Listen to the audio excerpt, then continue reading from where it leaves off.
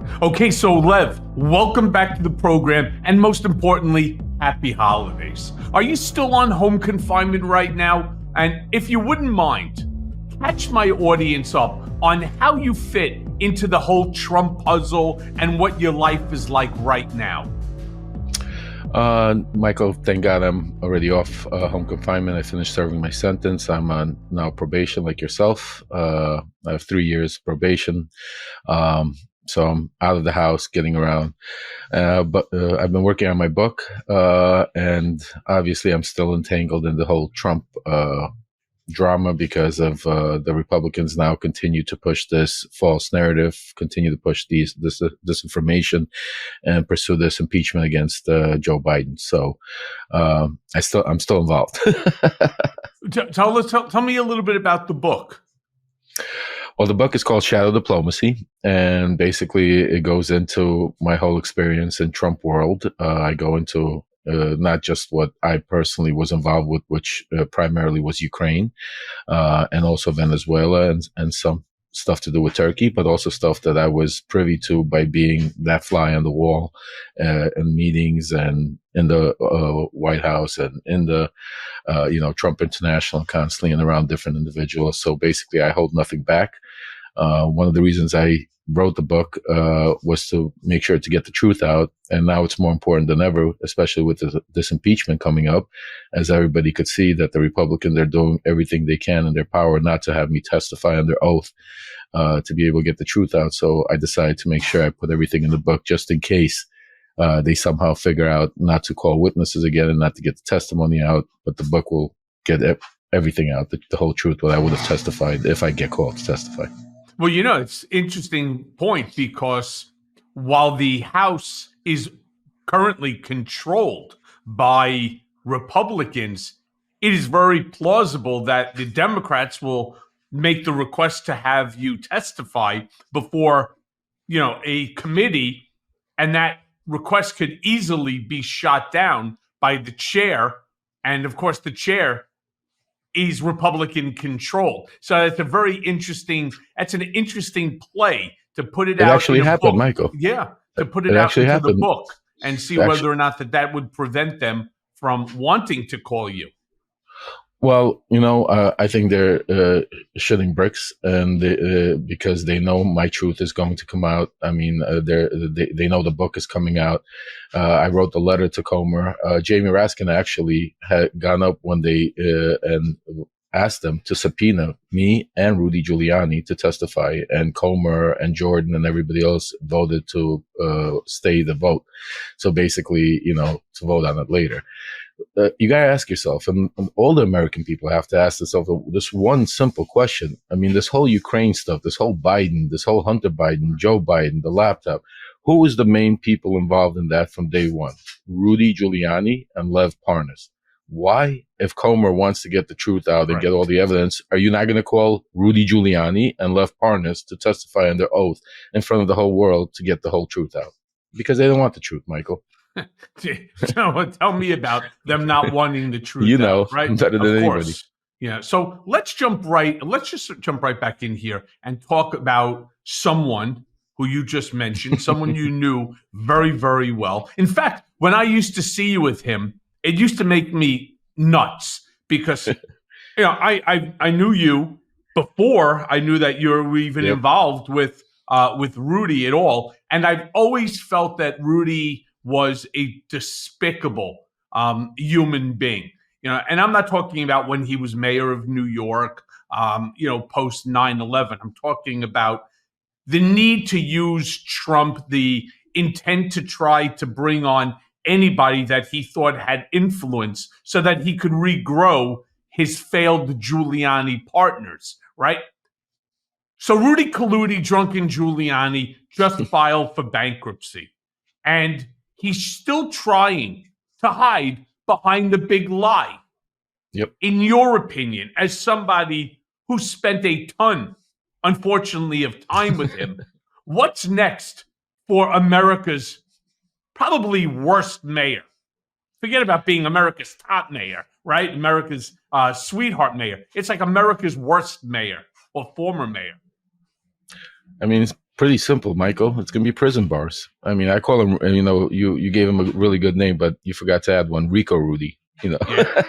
Rico Rudy is my favorite one. I mean, he's going to go down in history with a law that he basically perfected to take down the mafia and criminals, and that same law is going to be used against him to take him down for his criminal activities. And one of the things you said 100% right. I mean, he sold his soul to get that limelight back. Rudy needed that attention after 2008 presidential run, and when he lost, I mean, he started withering away. Yes, he made money, but to Rudy, it was more than just money. That's what people never understood. He needed the limelight. He needed the attention. He needed to be the number one guy. And that's when Donald Trump comes into his orbit, and they found each other. Yeah, well, it's true, because Trump didn't want to pay for legal services. Right. And Rudy wanted, as you stated, the spotlight. Nothing made Rudy more happy than seeing just a slew of cameras outside, whether it was for him, 100%. for Trump, or for anybody. But as things continued and Rudy started, because he also wanted to create a lifestyle, a pretty significant lifestyle for himself. He had 3 bodyguards that used to walk him around everywhere. I mean, he felt like the Pope of Greenwich Village. He'd have them take off his jacket, right? They would stand on the side as he's eating. So who does that remind you of? If you take a look, if you close your eyes and you picture the movie, who would be doing that? A mob boss. Yeah, exactly. Right?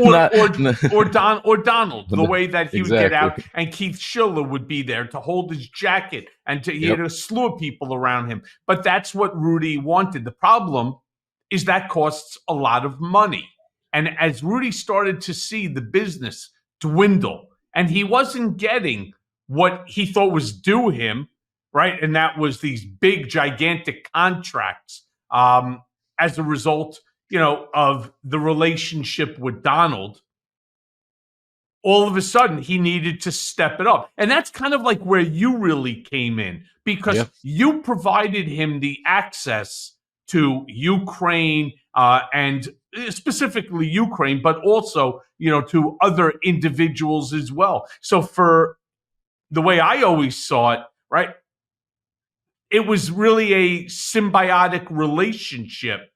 For you were able to get the access, but for him, he was able to get even more. He was able to get the access and the contracts. And the money. I mean, listen, since the first day me and Rudy started hanging out together, I mean, we basically paid for all his bills. Either was us through our company that Igor funded, or it was through other oligarchs that were paying our expenses and then eventually paying his. Not just Ukrainian or Russian, it was also American oligarchs that had it, and I read in my book about very powerful Republicans that gave Rudy his jet to use and stuff like that, because they needed Rudy to do stuff for them with the president, with Trump at the time when it came to Venezuela.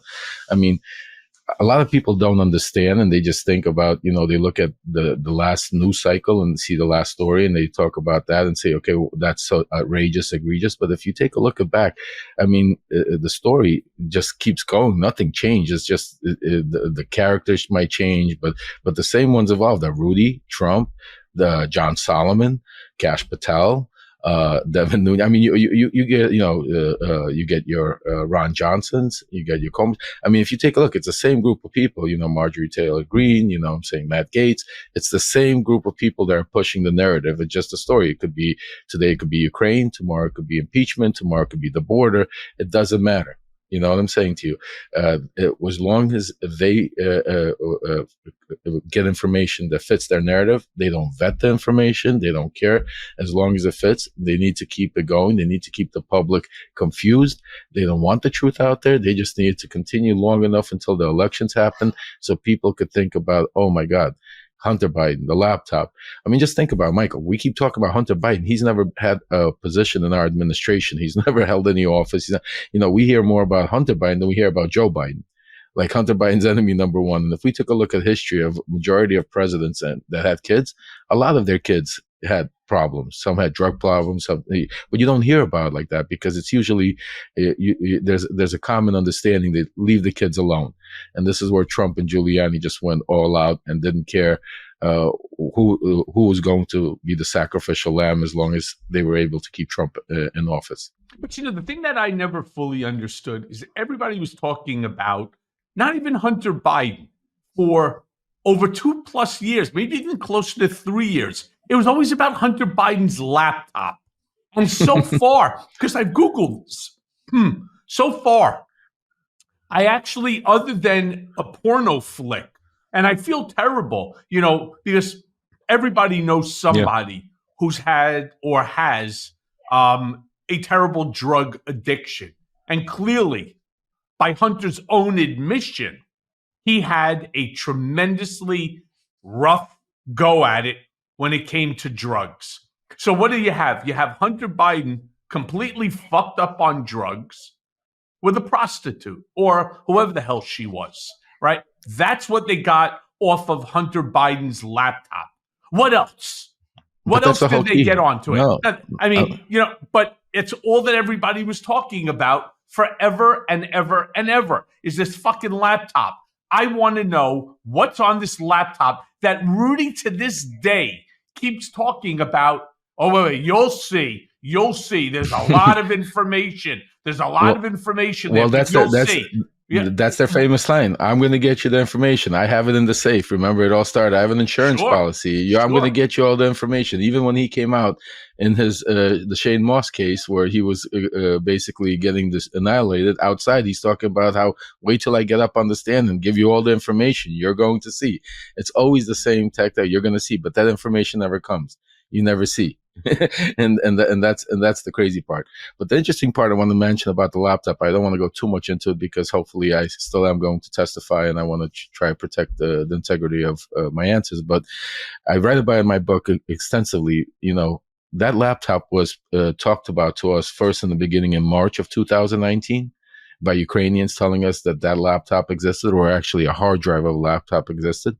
And then it was officially confirmed to us by somebody that works very closely with Rudy and also was involved in getting Hunter Biden his job with Burisma, that validated that there was a laptop that Hunter Biden had that was taken by the FSB and nobody knows. We definitely know there was a copy made, but we don't know if it was, messed with, if there was things put on, deleted.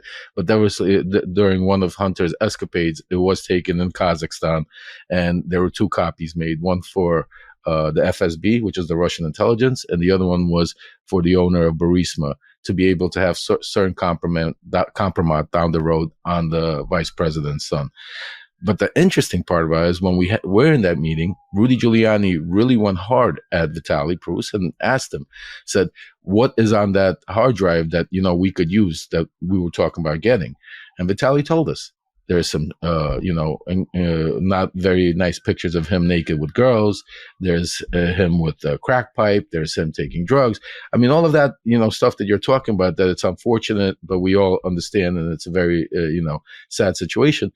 But Rudy goes back into him and says, okay, but what about like financial stuff, legal stuff? And the response was, no, there was no really criminality. So when we were supposed to get that day when I got arrested, when I was going to Vienna to actually retrieve the hard drive that was supposed to be handed to us, it was supposed to only contain, very pictures, videos of him doing drugs and sexual stuff. There was never any mention about any, emails about criminality and transfers, because that's what we were looking for. If it was there, believe me, that's what would have been spoken about, not some pictures of him doing drugs. And then all of a sudden, when Rudy gets the hard drive and starts disseminating it to the New York Post and everybody else, there's all kinds of crazy shit on that hard drive, So you could make sense of that, and common sense wise. Yeah, I mean, I remember Rudy dropped the voice recording of Donald telling me to pay in cash when we were talking about Karen McDougal, which of course then he denied. And then, I mean, Rudy is just the problem with somebody like Rudy is when you're desperate people do stupid things. All right. Oh, and absolutely. Rudy, unfortunately, was desperate. And as I said, and he's stupid. right? But I do want to ask you. So let's go back to your book for a second. First of all, it drops when? The official date we should be announcing this week, but the pre-sales already dropped. It should drop in the next 2-3 weeks, but the pre-sales are up already on my website, levremembers.com. You could do the pre-orders, but it should be dropping next month sometime. Okay, so do this for my listeners, because we've had some milestones. I mean, we're like over 180 million downloads so far since I started. Congratulations. This, right? Yeah, awesome. Thank you very much. Wait, I'm gonna take a bow right now. So if you would, give to my listeners a little advance on who was the high-level Republican, or in your book, give us something like a nice little quip on the high-level Republican who did something for Rudy, whether it was let him fly on his plane or anything like that. Give us like an advance. I'll give you a little tidbit. Yeah, I'll give you a little tidbit. Because look, my Mea Culpa followers, they deserve it.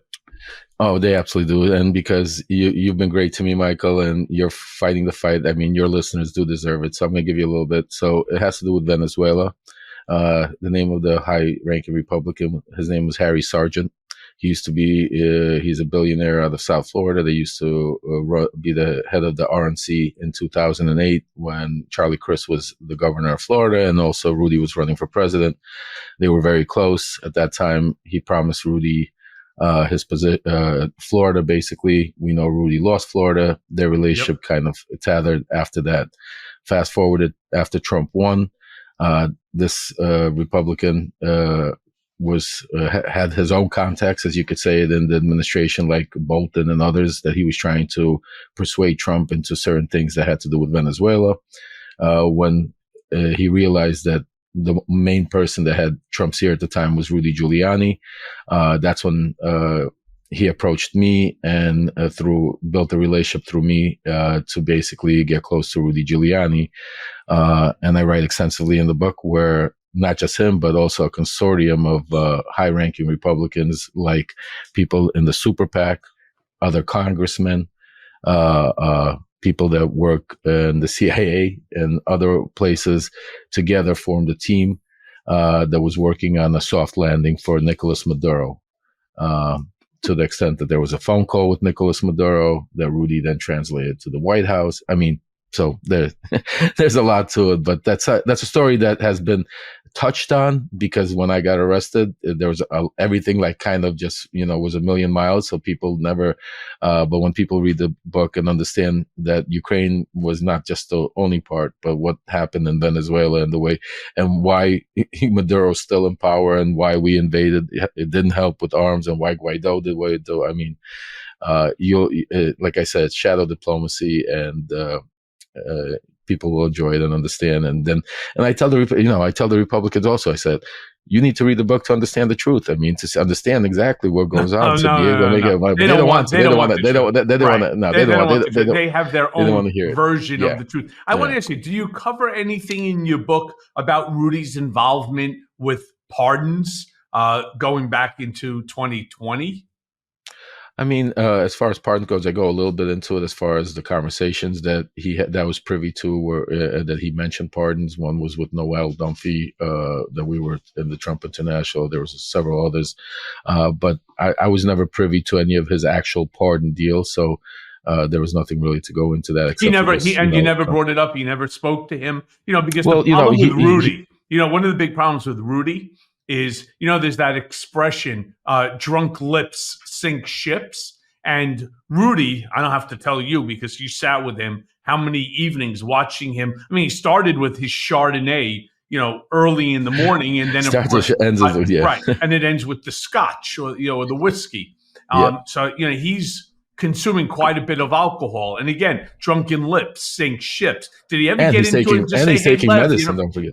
Well, that's also true. Hey, Lev, by the way, I was just contacted by this guy. He wants my help. He's looking for a pardon. He's doing 20 years. He's doing 5 years, and so on. Any conversations like that and any of that talked about in the book? Because that's a topic that I can't tell you how many people have reached out to me over the course of the past 2-3 years, from the New York Times to the New York Magazine to Washington Post, Wall Street Journal. They all know that there was a slew of people involved in payment for pardons.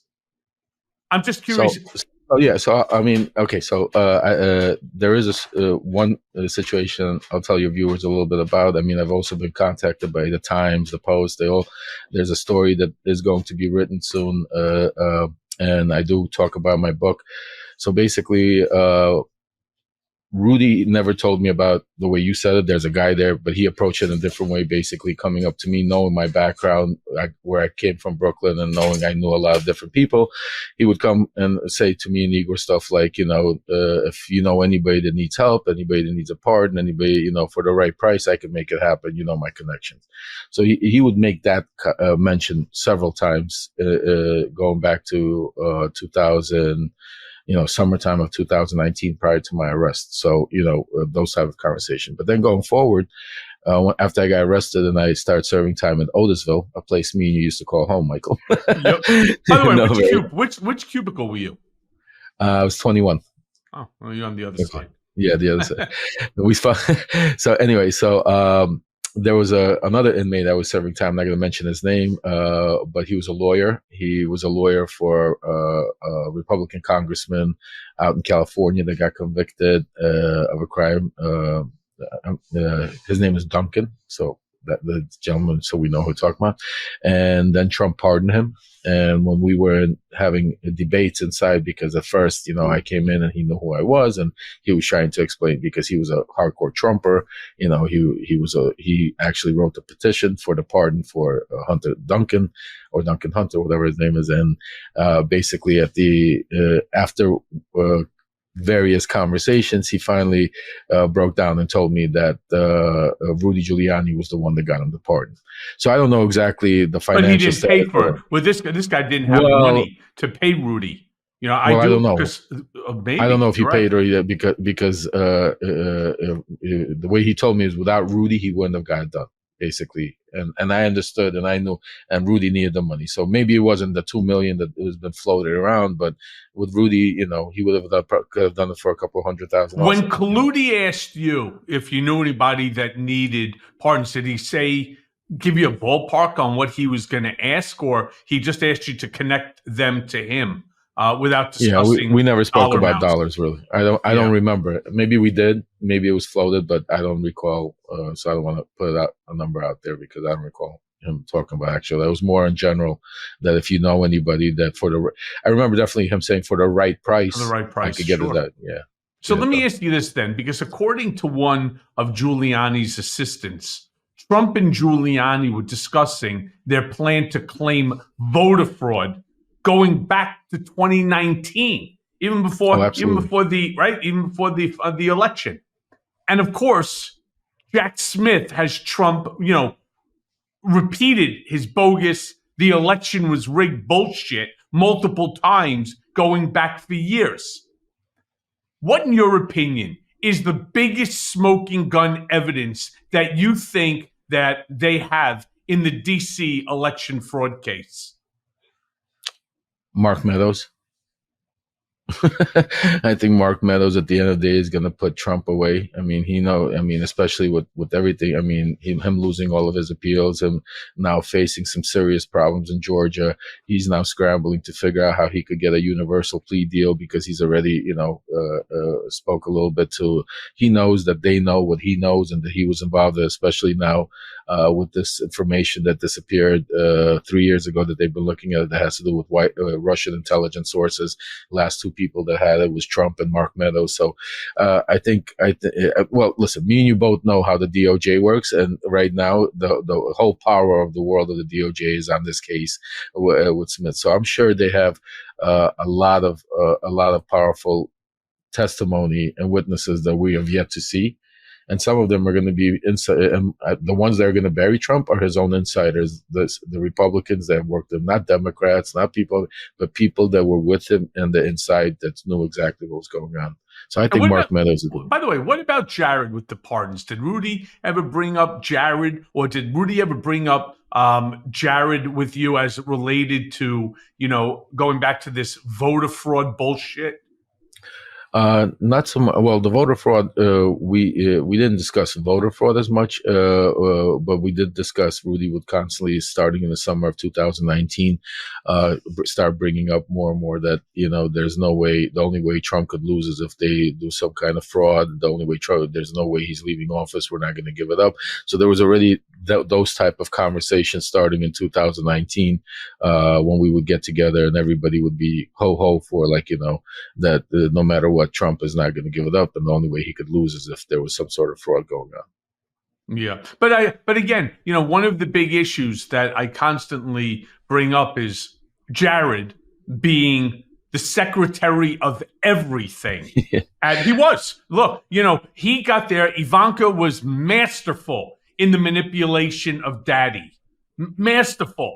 Anything that was going on, Ivanka would say to her father, yeah, that's something Jared should be handling. Everything was Jared. Ultimately, what would happen is it just gets ingrained. I don't have to tell you. The last thing in Donald's ear is the only thing that he remembers. So if it's Jared's name, give it to Jared. Jared will handle it. I mean, Jared was responsible somehow taking over, for example, the pardon office. But he was also took over Middle East peace. I mean, it's amazing that somebody with no experience in anything manages to be at the helm of everything. Rudy ever mentioned Jared? Hey, I'm going to need to, on this one, we have to speak to Jared. We need to clear it through Jared first. Yada, yada, yada. Not really. Actually, Rudy, I think, was in competition for Trump's ear with Jared. Rudy was more on looking at Jared as a snot-nosed kid that really didn't know what was going on and didn't want him in Trump's ear as much, stay away. So Rudy wanted to keep that attention to himself, primary. So there was not, as far as, Jared, maybe jealousy, maybe, as far as having the attention, but as far as that, but, you're saying Jared with no experience and Trump, what are you surprised, Michael? Look at me. What experience do I have running around all of Europe, giving messages to presidents, withholding aid and all of that, basically being your foreign diplomacy minister of some sorts just think about it.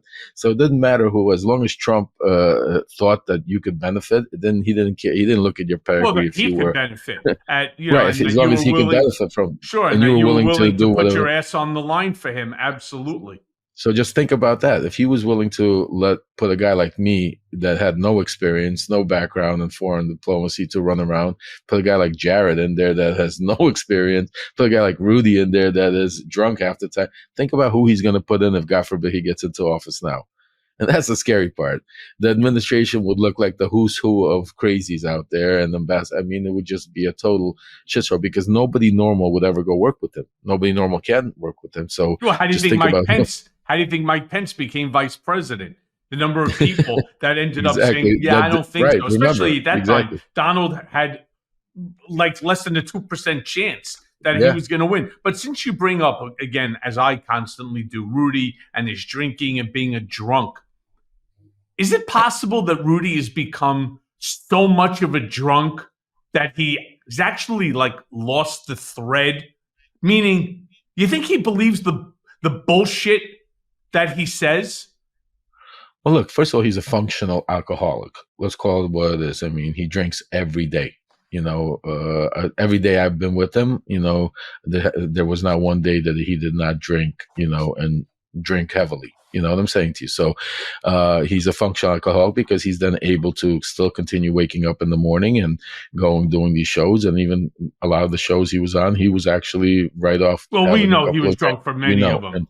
And then goes on the show. So, as far as him believing in his own bullshit, I think for Rudy, this is it. I mean, like I said, he needs that bad news or good news. He wants to be on TV. He wants to be talked about. He wants to be the center of attention. It doesn't matter what's going on. He wants to be the center of attention. As far as the drinking, I mean, it's like anything else, any drug. I mean, it basically makes it even stronger. It makes you believe But what's it, Lev? Do you think he actually believes his own bullshit and the bullshit that he's knows spewing? the truth. He knows the truth. He knows the the truth. He knows the truth. Yeah. No, he knows the truth. Look, when it comes to Joe Biden, he was just so obsessed with Joe Biden and putting him away that he was blinded by the truth. He didn't want to see the facts. Circumstantial evidence was good enough for him, basically. Do you understand what I'm saying to you? He would shut his eyes on the truth. And a lot of, we know that for a fact. There's a lot of police officers, FBI agents that do the same thing. They find a suspect, they want to get him, and they disregard anything that might look to be able to be, positive towards his favor, and they put him away. And that's why we know we have a lot of, people in prisons today that shouldn't belong there because they're innocent. Right, but just fairness, Lev, they're not drunk. They're just drunk with the power, and they're drunk with the conviction. Right. Like I say all the time with Rudy the was Southern double District whopper. of New York. I mean, I attacked them, vociferously in terms of the way that they handled my entire case of, 48 hours to either plead guilty or have an 80-page indictment filed against me that was going to include my wife. Right. I mean, first of all, nobody should behave like that. In fact, Judge Jed Rakoff, in his book, Why the Innocent Plead Guilty and the Guilty Go Free, I think is a must read.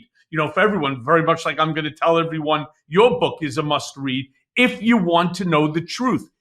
They don't care about prosecuting, at least at the Southern District level. The Southern District of New York, they have waived the entire purpose of what is called being a prosecutor, and that's to prosecute. They don't give a fuck about that.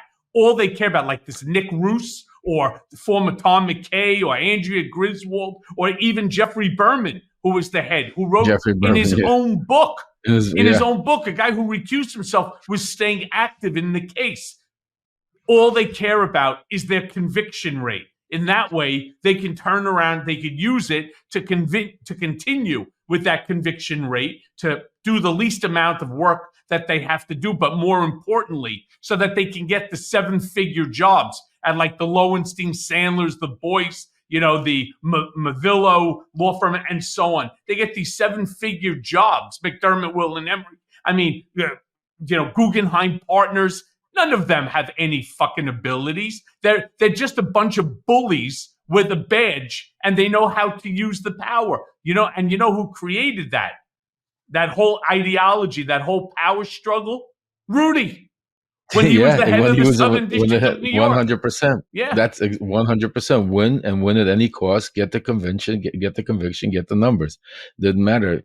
I agree with you 100%. And he used that same attitude and same conviction towards going after Joe Biden and Hunter Biden in Ukraine and win at any cost. It didn't matter what it was. Why do you think I can't get my FOIA documents? Right? Because every single one of them will show that these folks are absolutely corrupt, and you're 100% right. We saw last week alone 5 individuals, 5, who were released from prison after spending decades there.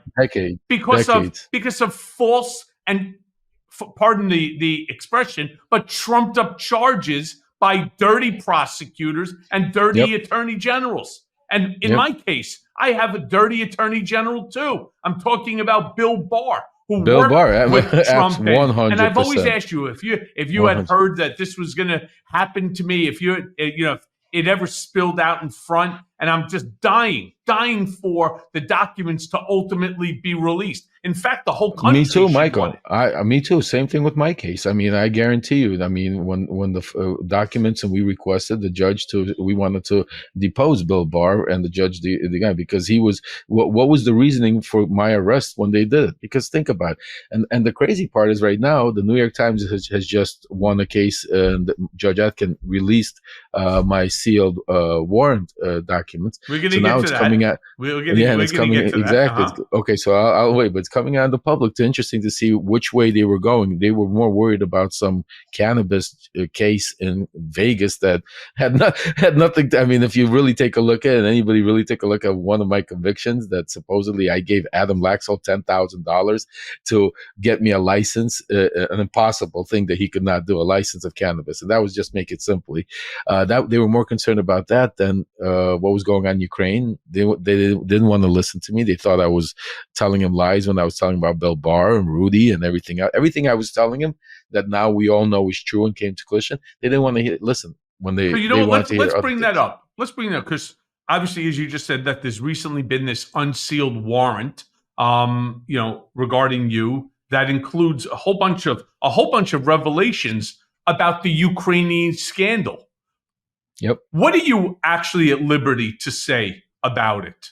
Is there anything that you could tell us that's different than what we've read so far in the paper, which really isn't a lot?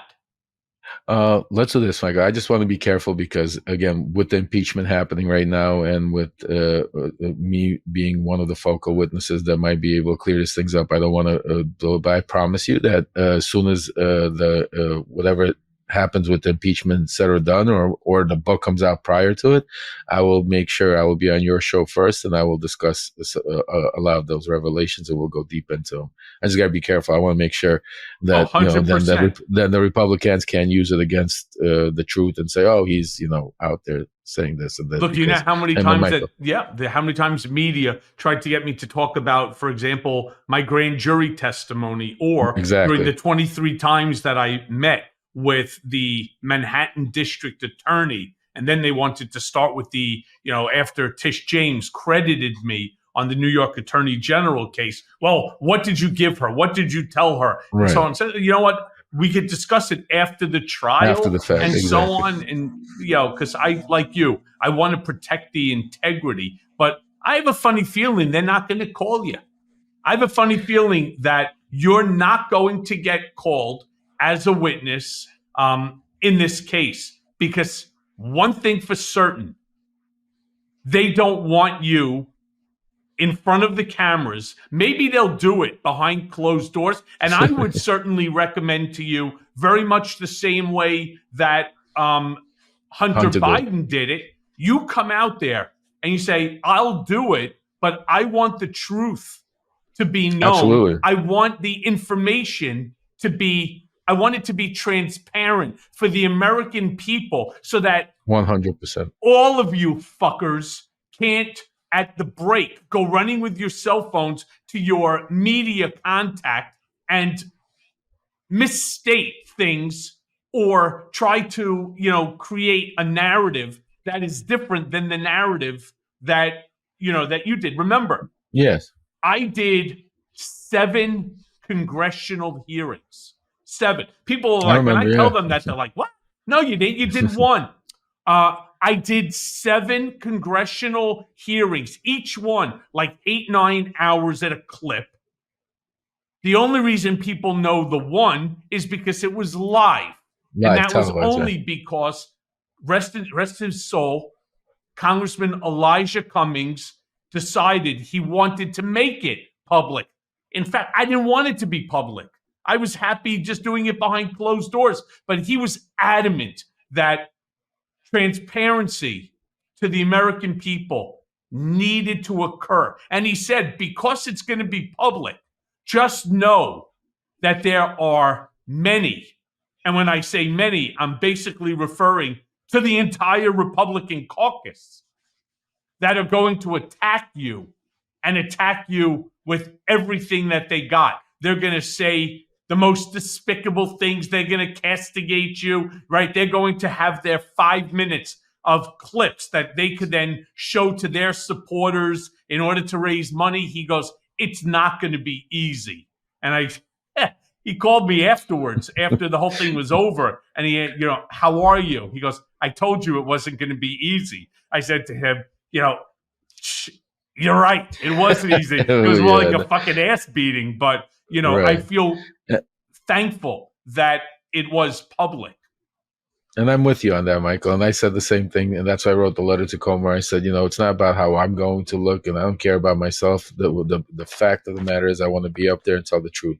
And they could, go up there and, play their games and say it. But one thing they can't do is debate the facts and debate the truth. And the public will see that. And that's the most important thing. Well, not about the stories they're going to. Lev, let me be clear about something. The public will only see the truth the way that the public wants to see the truth. Unfortunately, we're not in a place anymore in this country where, like in the old days, you had like Walter Cronkite. If Walter Cronkite told you something, or Barbara Walters, right. You were like, Walters, yeah, it's true. You're right. Yeah, that's actually accurate, and so on. Today, you could tell a MAGA diehard and show them the proof. Donald himself can come out and tell them the truth. But if it opposes their belief or what they want to believe, they ignore it and they go right back to their talking points. I did want to ask you something before I started jumping into that whole warrant thing. I want to go back to Rudy for a second. You think Rudy's flipped on Trump or not? And do you think that he ever will? No, I said it from day one. First of all, he's too much involved. He's just as involved as Trump is for him to flip. If Trump wasn't president and Rudy wasn't, and you take their titles out and just two regular guys, they would be identically involved in the crime. So that's first of all. So I don't think the prosecutors I don't think there would be any type of deal that would formulate where they would just let Rudy off the hook completely with everything that he was involved with and how he was a part of it. And I don't think for Rudy, there's no way out, basically. I mean, it's like the guy that's in the mafia that has no other thing. His whole family, his wife, his kids, his parents, everything's part of the mafia. And if he turns on the mafia, he has no life. And that's where Rudy is. I mean, his whole life is Trump. His whole life is the mega base right now. But Lev, he doesn't want to spend his final But he doesn't years. think he's going to jail. He doesn't believe that. Nah, he still thinks Trump is knows. good. You think so? You think that he thinks that Trump's going to win and that Trump will pardon him or commute his sentence?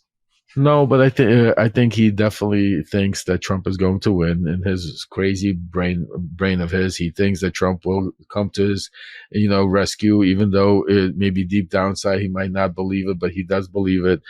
He used to believe it when we were there. Even though Trump would shit on all over him, he would still close his eyes and follow him like a little kid. So I still believe that he definitely believes that. But I also think that he believes that he is his own shit so much that he believes that he's going to show the world that this whole Georgia thing, is going to be for their advantage. I don't think he's looking at it right now where that's it, jail time. The closer it gets to it, when trial comes, reality's going to start setting in. I know, the closer it comes down to it, reality. But right now, it's Trump. Still too far. Yep. Yeah, for the same thing with Trump, exactly. They're too far. Right now, I don't think jail or prison is even anywhere on the radar. I think it's still a matter of it's us against you. But at some point, very soon, once they're sitting in that defendant chair and in front of that judge, and they see that, now it's not, financial anymore. Now your life is on the line and you might be going away. Things are going to, change in that. But again, I think he's too deep in. I don't think he'll. I have said from day one he's going to go down with the ship. He'll be that guy sitting in prison in the corner where people walk around and say, you remember that guy? He used to be, and he'll be talking about how the election was stolen and doing shit like that. We've seen those. Yeah, while eating shit food, or Exactly. something from the commissary. So let me ask you this, since we're talking about all of these upcoming trials and so on. Are you being called as a witness in any of Trump or Giuliani's upcoming trials? Or have they deposed you in any of these cases? Well, there's one case, a defamation case against Giuliani, that I've been told that I'm probably going to be a witness to. Which case is that? The Noel Dunphy. The Noel Dunphy case. As far as the criminal cases that are going on, the 4 cases, no, because all of those charges have to do with things after the fact. I was, won't mention names, but in touch with certain people discussing, because I know there were certain people in some of those cases that were interested in Rudy's drinking, which I've spoken to about. But that's about to that extent. So then let me ask you this. I remember, and I don't exactly remember the sum and substance of the tape, so hopefully you'll be able to remind my audience, and me for that matter.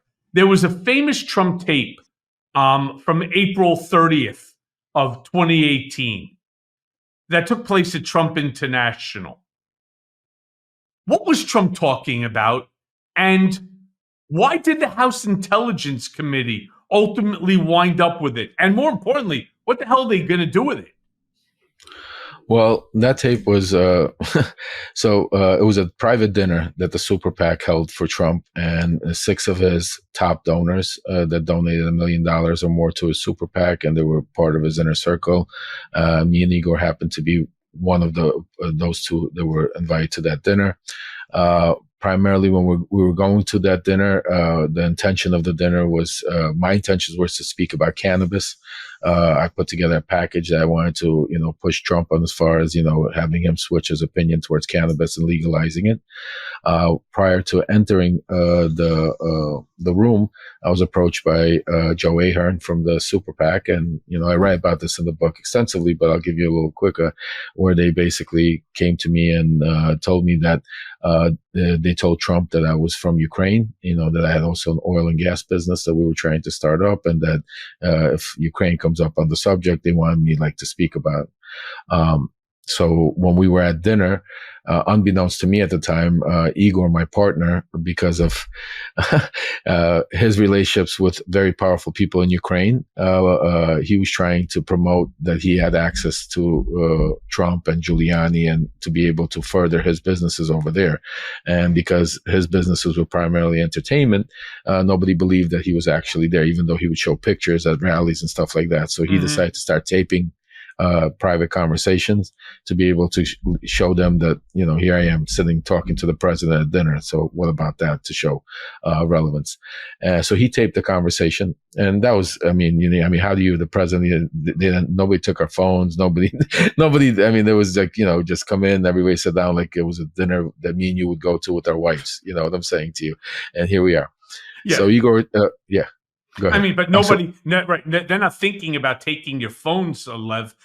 Because nobody's expecting the president is going to sit there and talk about, how to pressure the Ukrainian government about, going after a political opponent. I guess to the same extent that you wouldn't expect that there's going to be recordings between, say, Trump and Bill Barr about unconstitutionally remanding a U.S. citizen back to prison because he refuses to waive his First Amendment constitutional right. No other president does this. Now, with Trump, and if God forbid 1,000,000 times he becomes president again, I promise you, all phones will be confiscated at the door, right? There will not be any additional phones permitted at any of these. Because what it's really shown is that everybody was taping Donald. Yeah, everyone. even just now the tapes in Michigan. Yeah. So and then going back to that dinner, while he was taping, we started sitting there talking, and like they told me, the subject of Ukraine comes up. I was sitting right across from him, and he looked at me and basically started asking me questions about Ukraine. At that point, I told him what I heard from different people in Ukraine and different stories. And the one that was going around that was primarily on everybody's mind in Mega World was that the ambassador of Ukraine, Marie Ivanovich, was somebody that was disloyal to Trump, somebody that was a George Soros plant, somebody that basically wouldn't hang his picture. Well, this is the key part. That's what got him the most. That's when he made the comment, get rid of her. I told him, that she talked about you getting impeached and everything. She wouldn't. And then I said, she wouldn't even hang a picture of you on the wall, and you should see his whole face, Michael, and you probably would understand. You've seen him, his whole demeanor changed. He looked over to DeStefano that was sitting over there. He said, get rid of her now. And we were all stunned. We were all sitting there looking at this, and then he continued going into the more conversation about Ukraine. It was crazy to realize that he had, at that point, I didn't understand. I didn't know Donald as well as you knew Donald at the time. So at that point, I still thought that he was a very smart, to be a guy to be able to get where he was. And then when the subject of oil in Ukraine came up, he looked at me and said, Ukraine has oil? And I thought to myself at that moment, are you fucking kidding me? So at that point, Donald Trump didn't even, probably even know where Ukraine was on the map. If you were to point it out, if you would have asked him to point it out, he had no clue what was going on. He was more interested at that point because of the Mueller investigation, because he was worried that it was the Ukrainians that were framing the Russians, that actually interfered, that they stole the DNC servers, that they were over there, that they framed Paul Manafort, you know what I'm saying to you, with the Black Ledger. And that was what was really on all of the mega world and the Trumpers. So it was, throw Ukraine under the bus to save Russia's behind, because it would save their own asses. Yeah. Well, look, since you're so connected into Ukraine, I want to ask you, do you have any updates on what's really going on over there?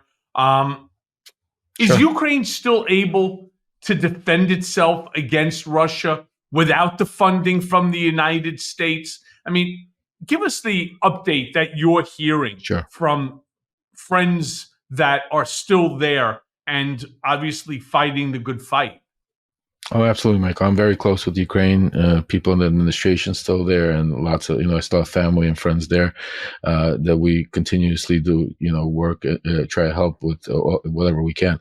So the situation is right now, they do have the weaponry, because even though Congress, hasn't given them the money, it takes time. So, I mean, what's happening now, this delay that we're seeing is going to come into effect maybe 2-3 months from now, because it takes some time, because right now they're still actually on the attack and aggressively attacking Russia. I think yesterday they attacked a Russian ship in Crimea.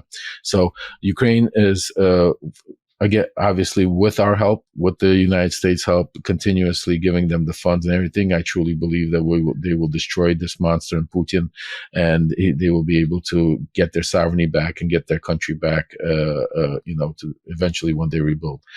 If God forbid this funding gets frozen or there starts stopping it, depending on who wins the presidency and depending on how this Congress reacts to it, we will see massive destruction in Ukraine, because once their ability and their ammunition will end, as we know, Russia has unlimited sources because of, they've put in manufacturing in place and are pumping out all ammunition and everything they can, which Ukraine is not doing, because Ukraine is just,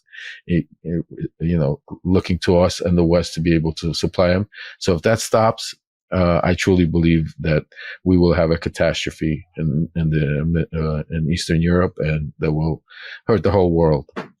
So let me ask you this, because, again, there's so much misinformation and propaganda that's coming out of, I don't even know really truthfully from where, but it certainly comes out, and it comes out with this massive force. I read an article somewhere that Volodymyr Zelensky's wife, Mrs. Zelensky, went to a jewelry store here in New York and bought $1 million in one clip of jewelry. It was either like a Tiffany or a Cartier. It was something like that. Is there any truth to that, or is that a lie? And if I would like to know, as would probably everybody, where'd the $1 million come from? Oh, sure. Absolutely. And that's a great question. And that's where, like, you see the disinformation, how they blog things up, because everybody assumes, majority of people in the United States, because there's a war, because Zelensky was a president, that he's poor, or, where's his salary and everything. But you gotta understand, Zelensky was a multi-millionaire before he became a president. Zelensky was one of the most famous comics actors, had one of the most biggest shows, movies.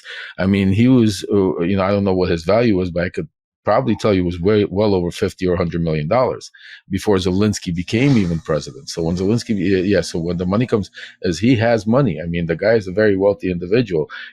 Could that story be true, Michael? Absolutely. I mean, I wouldn't put it past, somebody in his stature to spend $1 million on jewelry, or buy a $20 million house, or, just like any other person in that capability could do. So Zelensky is not a poor individual. So, because how they were making it sound. They were making it sound that he's using U.S. funds. Money from the stealing U.S. funds that's supposed to go for aid and support to the Ukrainian people, and he's using it for himself and to, buy his wife lavish gifts. So. Yeah, correct. And that's how the mega world puts it. They don't tell you the background. They make it look like, oh, here's a picture of this war-torn country, the president of there, and then his wife buying a $20 million house or something like that. But then take a look at Donald Trump. Right. I mean, I'm saying to you, so but Donald makes it clear that he's on the grift. I mean, when Yeah. he Oh, yeah. himself will Yeah. say that 90% of all funds that come into his super PAC, he could use at his own discretion. He could buy if he wanted to, Melania or whoever the Yeah. next, future Mrs. Trump is going to be, right? We all know who's vying for that role right now. He could buy her whatever the hell he wants with that money, and it would not be improper because he has the right to do it. But you brought something up which I thought was interesting. Obviously, all the members of Congress are off for the holiday, right? But Republicans, before leaving, held up the aid to Ukraine, right? Before deciding, right, to leave on the Christmas break. Yeah. That's crazy.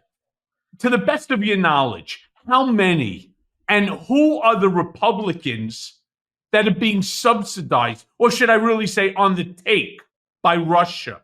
Because this was bullshit.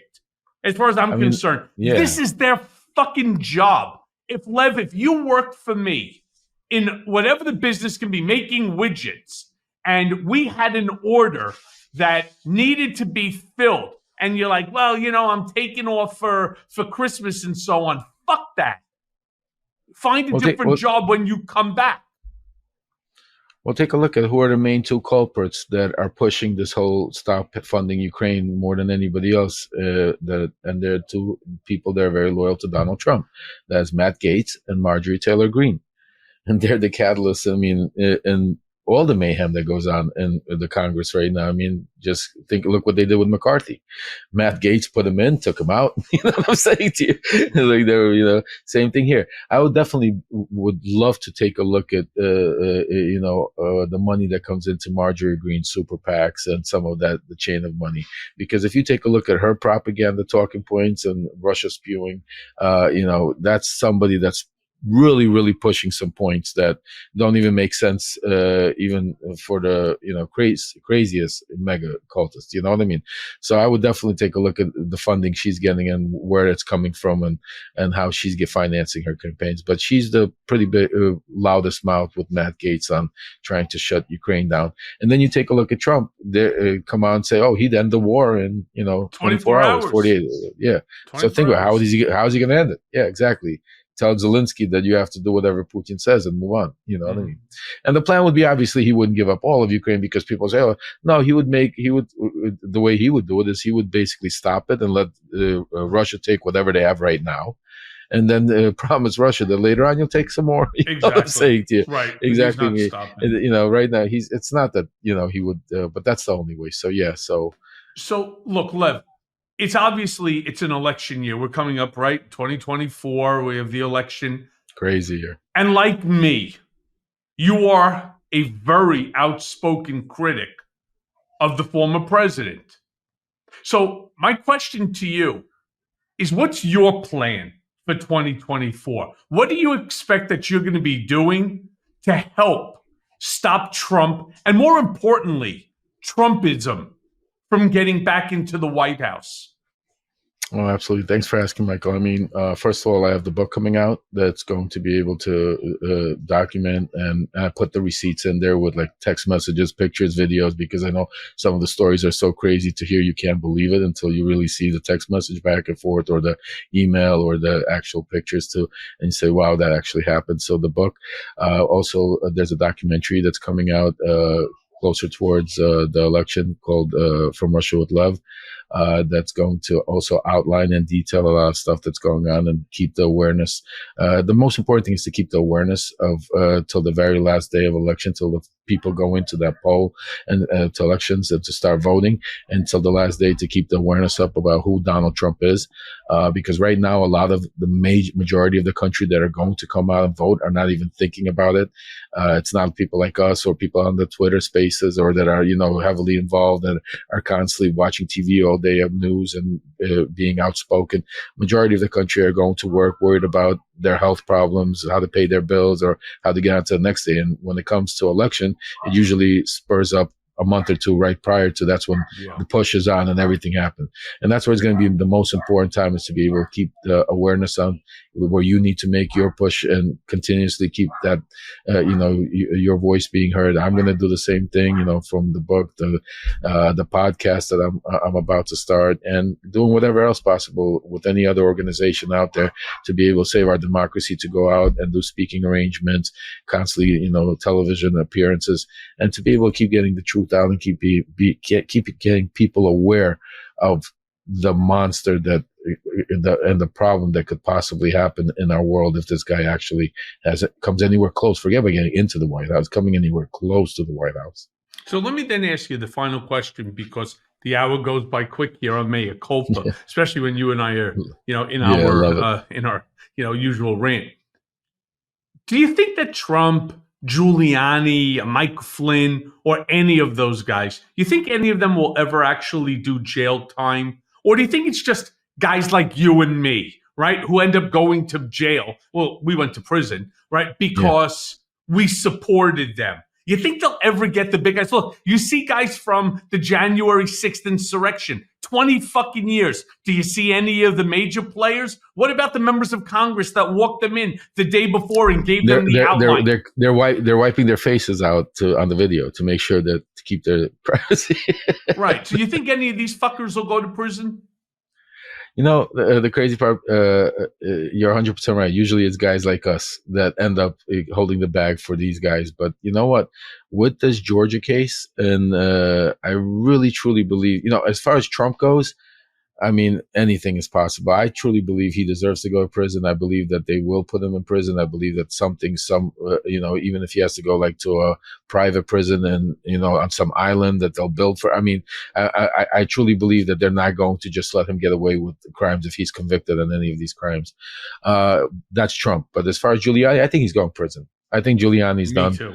I think there's no go. Mike Flynn, I think, and I think even, some of these people taking pleas right now are not done with it, because I think right now we're just seeing the main punch, because I think there's a rush because of the elections, to be able to concentrate on Trump. Mm-hmm. And the cases are built around Trump. But I think once that the elections are over, you're going to see indictments flying all over the place. Rudy's going to get, he's co-conspirator in Washington.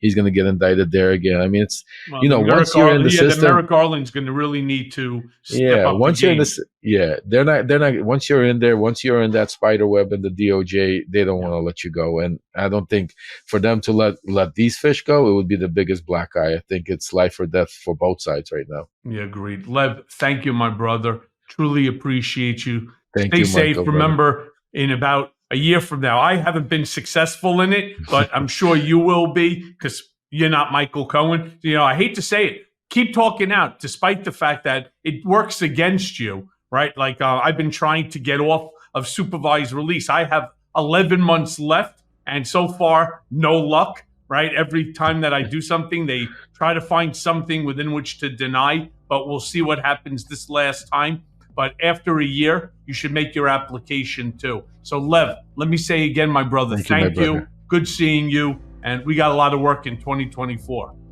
Thank you, Michael. Absolutely. Let's keep up the fight. And I wish you a happy new year to you, your family, and I wish you all the best. And may the new year bring us a lot more, power to be able to fight these monsters. Yeah, thank you. Thank you, my friend.